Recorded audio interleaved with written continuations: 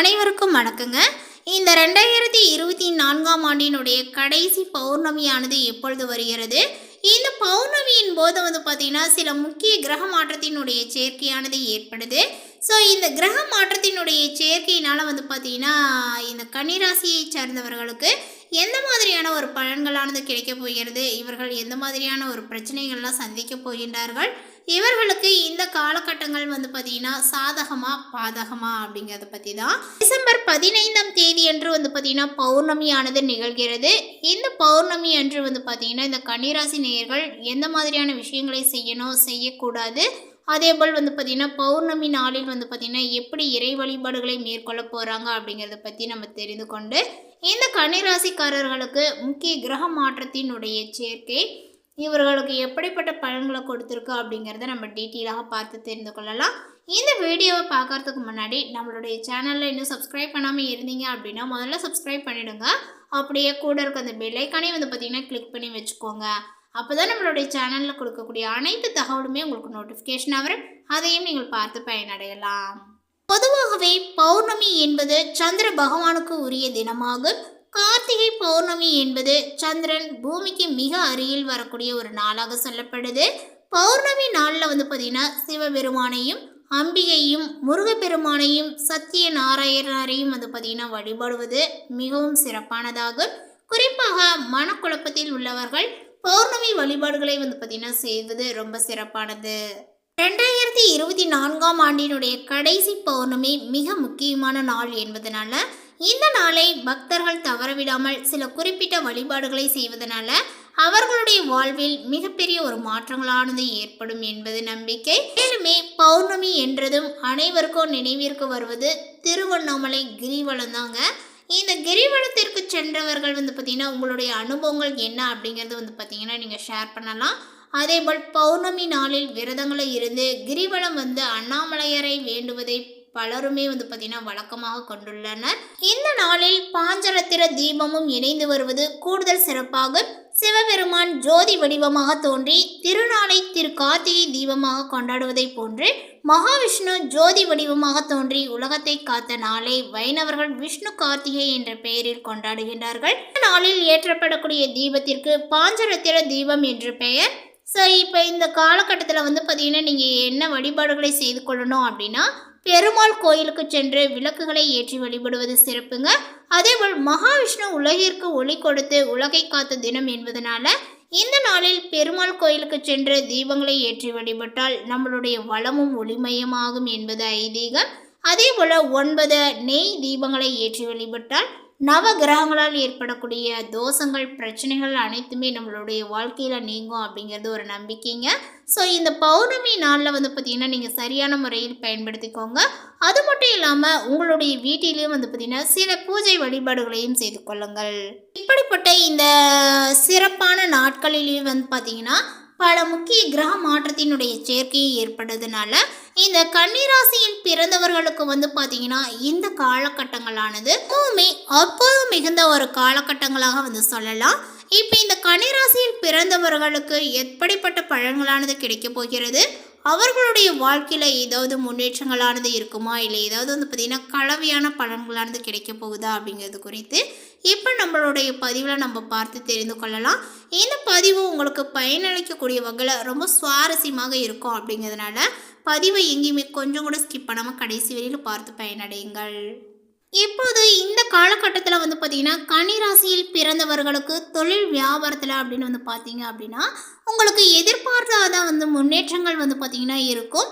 அதேபோல் பழைய பாக்கிகளுமே பார்த்தீங்கன்னா வசூலாவதில் கொஞ்சம் தாமதங்கள் ஏற்பட்டாலும் அது சேர்வதில் எந்த ஒரு தடைகளும் உங்களுக்கு ஏற்படாதுங்க. அதில் பார்த்தீங்கன்னா நம்பிக்கையாக நீங்கள் இருக்கலாம். அதேபோல் எந்த ஒரு வேலையுமே அதிக ஒரு முயற்சியை கொண்டு தான் நீங்கள் முடிக்க வேண்டியதும் இருக்கும். உத்தியோகத்தில் இருப்பவர்கள் பார்த்தீங்கன்னா கொஞ்சம் கவனத்தோடு பார்த்தீங்கன்னா பணியாற்றுவது நல்லது.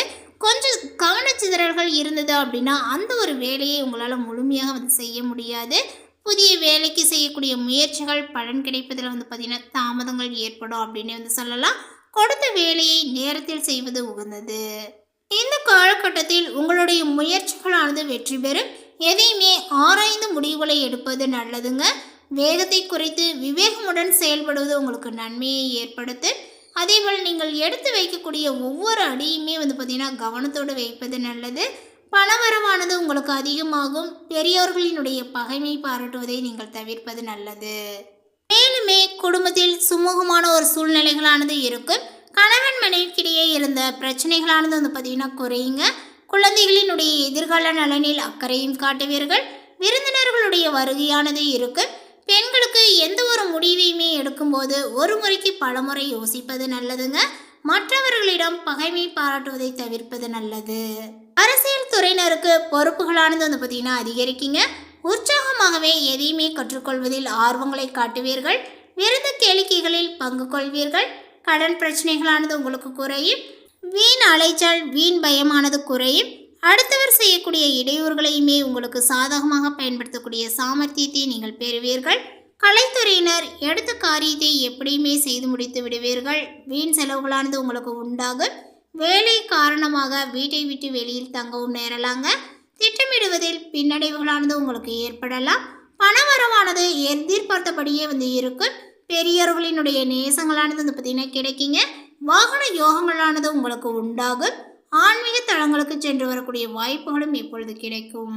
மாணவர்களுக்கு கல்வி தொடர்பான விஷயங்களில் முடிவுகள் எடுக்கும்போது தீர ஆலோசித்து செயல்படுவது நல்லது. புதிய முயற்சிகளில் தாமதங்களானது ஏற்படலாம்.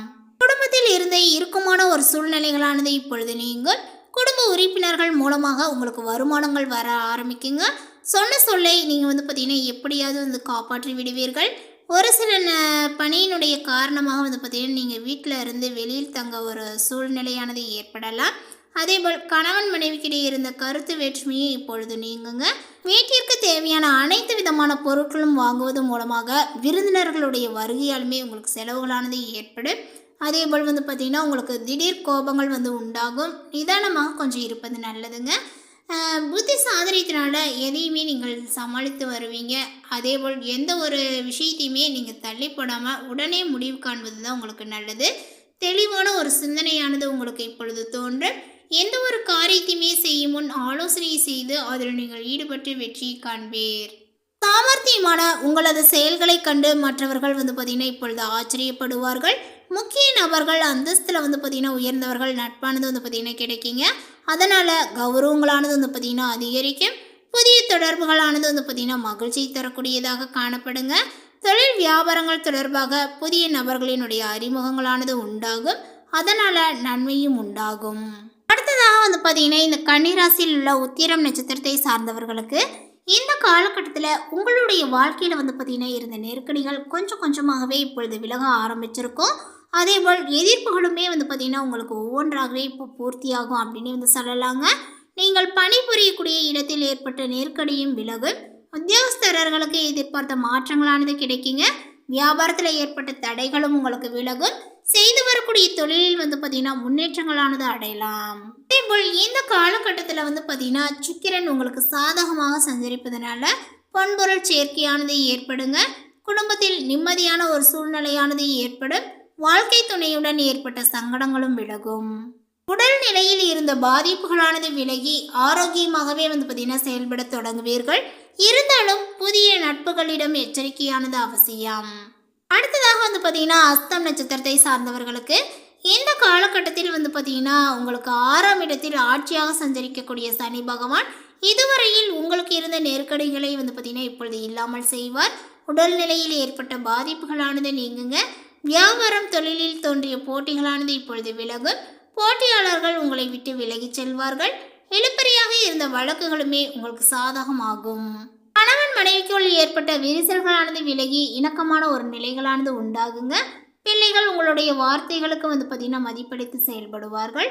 அதேபோல் புதனினுடைய சஞ்சாரங்கள் சாதகமாக இருப்பதனால நினைத்த வேலைகளை நினைத்தபடி நடத்தி கொள்ள முடியும். அடுத்ததாக பார்த்தீங்கன்னா இந்த சித்திரை நட்சத்திரத்தை சார்ந்தவர்களுக்கு உங்களுக்கு இந்த காலகட்டத்தில் பார்த்தீங்கன்னா இருந்த நெருக்கடிகள் அனைத்துமே விலகும் அப்படின்னு சொல்லலாம். செவ்வாய் பகவான் லாபஸ்தானத்தில் வக்ரம் அடைந்தாலுமே 6ஆம் இடத்தில் சஞ்சரிக்கக்கூடிய சனி பகவான் உங்களுடைய திறமையை பார்த்தீங்கன்னா அதிகரிப்பார். தேவைகளை பூர்த்தி செய்வார். நெருக்கடிகளில் இருந்து உங்களை பார்த்தீங்கன்னா பாதுகாப்பார். உடல்நிலையில் ஏற்பட்ட பாதிப்புகள் விலக ஆரம்பிக்கும். தொழில் வியாபாரத்தில் ஏற்பட்ட போட்டிகளானது நீங்கும். இந்த தகவல் உங்களுக்கு பிடித்திருந்தால் லைக் பண்ணுங்க, ஷேர் பண்ணுங்க. இது போன்ற புதிய சுவாரஸ்யமான புதிய தகவலை தெரிந்து கொள்வதற்கு நம்மளுடைய சேனலை இன்னும் சப்ஸ்கிரைப் பண்ணாமல் இருந்தீங்க அப்படின்னா முதல்ல சப்ஸ்கிரைப் பண்ணிவிடுங்க. தேங்க்யூ.